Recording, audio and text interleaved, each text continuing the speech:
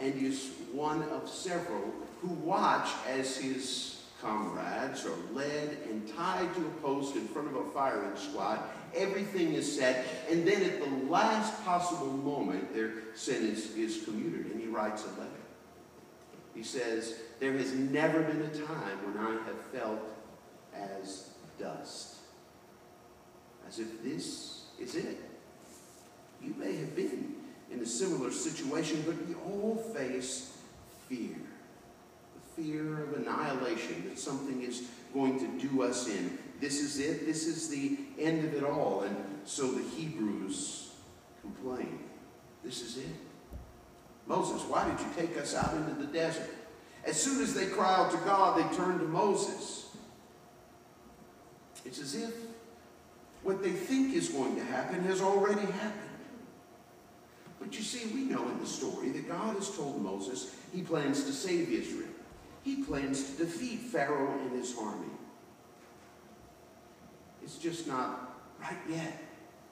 They don't know how, but he's told Moses already. You see, there's this brilliant contrast between fear and faith. Unbelief and faith. You see, what's interesting is that they both see something in the future. They both project ahead. They both envision what's next. Fear does that, as well as faith. The only difference is that fear, unbelief, looks in the future, projects ahead, envisions what's next, but God is nowhere in it. Faith does the same thing. It looks ahead, it projects ahead, it envisions what's next, but with God's presence manifest. It banks on God's promise. And you see, that's what Moses is trying to get through to the Israelites.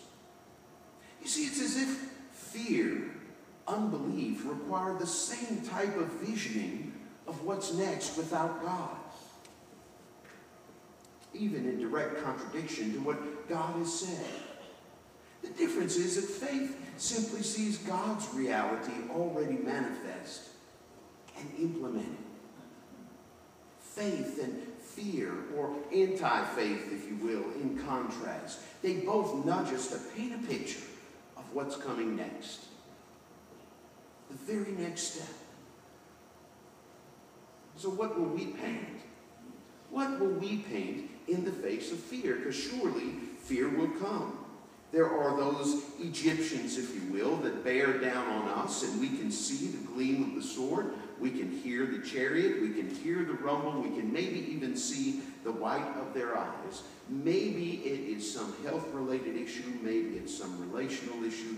Maybe it's something in our families, at work. Maybe it's some struggle that we have endured. But we know the fear of what it means to face annihilation in some way. Imminent danger, maybe the end of all things. And you see, fear nudges us to paint a picture.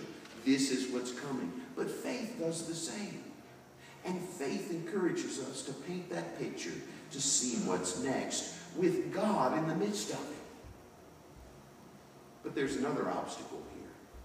You see, just as Moses is encouraging the Israelites to paint that picture with God's promise and God's presence, they've already experienced him.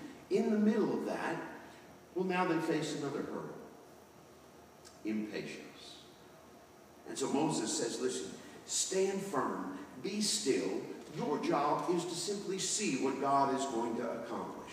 And we know in the story, a little later on, that a cloud actually moves. The pillar of cloud that's been protecting them comes between them and Pharaoh's army.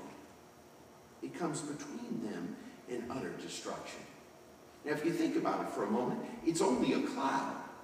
It's not a whole lot that still stands between Israel and Pharaoh's army. Just a cloud. As quickly as it came, it could disappear, but it's God's cloud. It's God's cloud. So, see, it's so difficult to continue and to nurture trust and to wait, but that's what Israel is called to do. Really, They're called to stay out of God's way, aren't they? Have you ever prayed that prayer? Lord, help me to stay out of your way and not mess things up. Isn't that a beautiful picture of grace? It's what Yahweh is accomplishing. It's what God is accomplishing. It's what Jesus has accomplished for us, not what we can do. Even back here, a beautiful picture of grace emerges. Stand still and see what God is going to accomplish. Simply trust in what Christ has done and believe in what he has said. That God loves you immensely, that he has done everything necessary for you to be set right with God, to be forgiven. Here's a picture of grace. Stand still and see what God is going to accomplish. But what a challenge. To paint a picture not out of fear but in faith. To stand still and wait. To find some sense of inner calm and serenity, but with a posture of expectation that God is going to accomplish all of this. But wait, there's even more. Not only are they encouraged to faith versus fear, they're encouraged to be still and wait.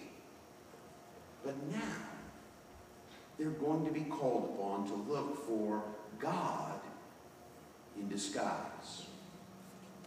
God in disguise.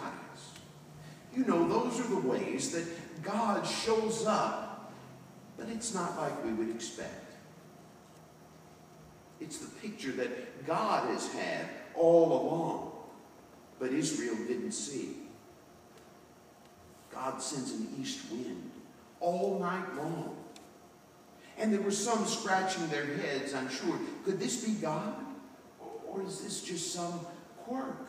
Is this just some happenstance? Is this really God? Should we trust this? See, one of the keys to great faith is to look for God in disguise. God answers our prayers. God delivers us, but often in ways we miss.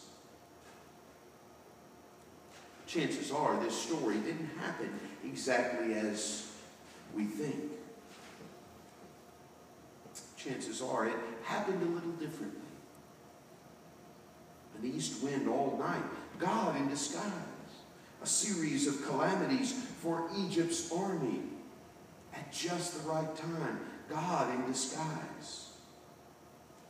There's this great phrase in here in which God answers Moses and says, "Why do you cry out to me? Go forward."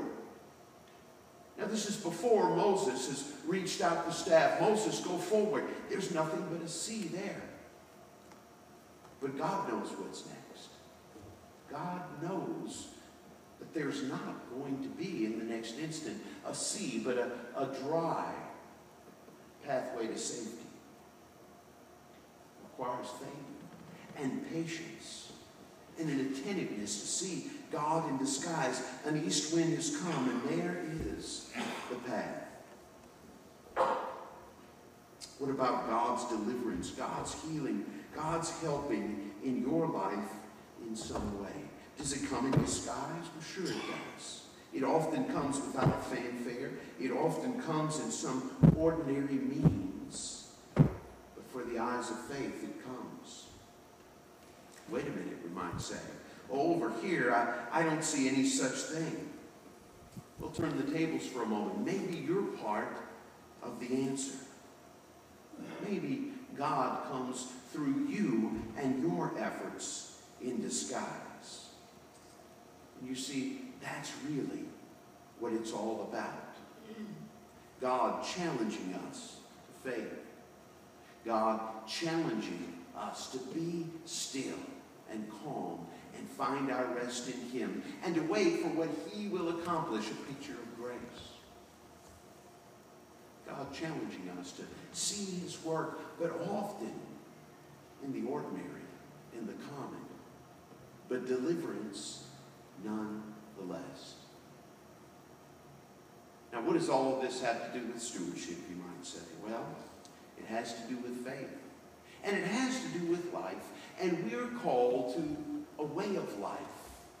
A way of life in which we receive all that God gives us, His grace, His love, His strength, His gifts, His blessings, and then to share those, to follow His lead, His direction, to not live in fear, but to live in faith, to live at times with great patience when God says, wait and be still.